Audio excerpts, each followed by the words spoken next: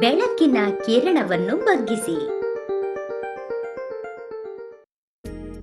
ಬೆಳಕು ಯಾವಾಗಲೂ ನೇರವಾಗಿ ಚಲಿಸುತ್ತದೆ, ಆದರೆ ನೀವು ಅದರ ದಿಕ್ಕನ್ನು ಪ್ರತಿಫಲನದ ಮೂಲಕ ಬೇರೆ ಕಡೆಗೆ ಬದಲಿಸಬಹುದು.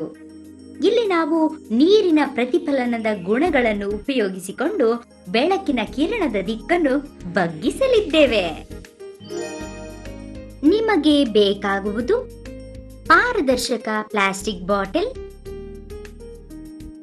ಒಂದು ಮೊಳೆ, ಪೇಂಟಿಂಗ್ ಬ್ರಷ್, ಇಕ್ಕುಳ, ಜೇಡಿ ಮಣ್ಣು,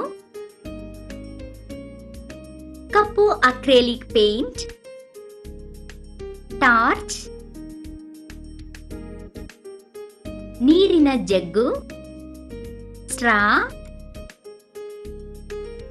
ಗಾಜಿನ ಬಟ್ಟಲು ಮತ್ತು ಪ್ಲಾಸ್ಟಿಕ್ ಫನಲ್. ಆರಂಭಿಸೋಣ. ಬಾಟಲಿನ ಅರ್ಧ ಭಾಗಕ್ಕೆ ಲಂಬವಾಗಿ ಕಪ್ಪು ಬಣ್ಣದಿಂದ ಪೇಂಟಿಂಗ್ ಮಾಡಿ.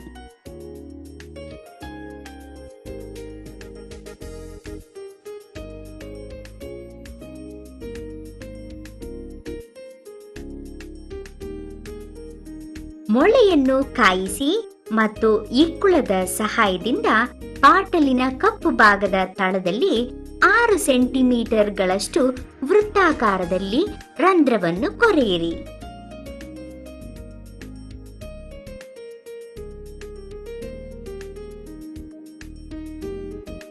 ಸ್ಟ್ರಾದ ತುದಿಯನ್ನು ರಂಧ್ರದೊಳಗೆ ತಳ್ಳಿ.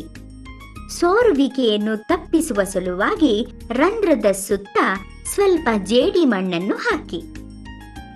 ಕಿಂಡಿಯು ಕಾಣದ ಹಾಗೆ ಸ್ಟ್ರಾದ ತುದಿಯನ್ನು ಜೇಡಿ ಮಣ್ಣಿನಿಂದ ಮುಚ್ಚಿ. ಈಗ ಬಾಟಲಿಗೆ ನೀರನ್ನು ತುಂಬಿ.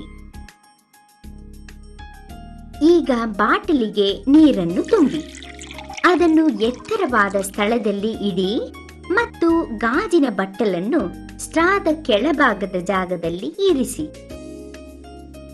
ಟಾರ್ಚ್ನ ಬೆಳಕನ್ನು ಚಾಲನೆ ಮಾಡಿ ಮತ್ತು ಬಾಟಲಿನ ಪಾರದರ್ಶಕವಾದ ಕಡೆಯಿಂದ ರಂಧ್ರದ ಕಡೆಗೆ ಹರಿಸಿ. ಈಗ ಸ್ಟ್ರಾದ ತುದಿಗೆ ಅಂಟಿಸಲಾಗಿದ್ದ ಜೇಡಿ ಮಣ್ಣನ್ನು ಕಿತ್ತು ಬಿಡಿ ಮತ್ತು ನಿಮ್ಮ ಬೆರಳನ್ನು ಹರಿಯುವ ನೀರಿನ ಕೆಳಗೆ ಇಟ್ಟುಕೊಳ್ಳಿ. ನೀವೀಗ ಒಂದು ಚಿಕ್ಕ ಬೆಳಕಿನ ಬಿಂದುವು ನಿಮ್ಮ ಬೆರಳ ಮೇಲೆ ಕುಣಿಯುತ್ತಿರುವುದನ್ನು ನೋಡುವಿರಿ. ಮತ್ತದು ಏಕೆ ಹಾಗಾಯಿತು? ಏಕೆಂದರೆ ಬೆಳಕು ನೀರಿನ ದಿಕ್ಕನ್ನು ಹಿಂಬಾಲಿಸಿತು.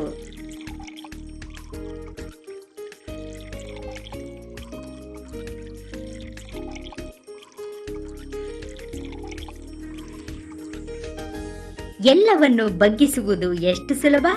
ನೀರು, ಸ್ಟ್ರಾ ಮತ್ತು ಬೆಳಕು. ಆದ್ದರಿಂದ ನೆನಪಿಡಿ, ವಿಜ್ಞಾನ ಕೇವಲ ವಿಜ್ಞಾನವಲ್ಲ, ಅದು ಒಂದು ತಮಾಷೆ.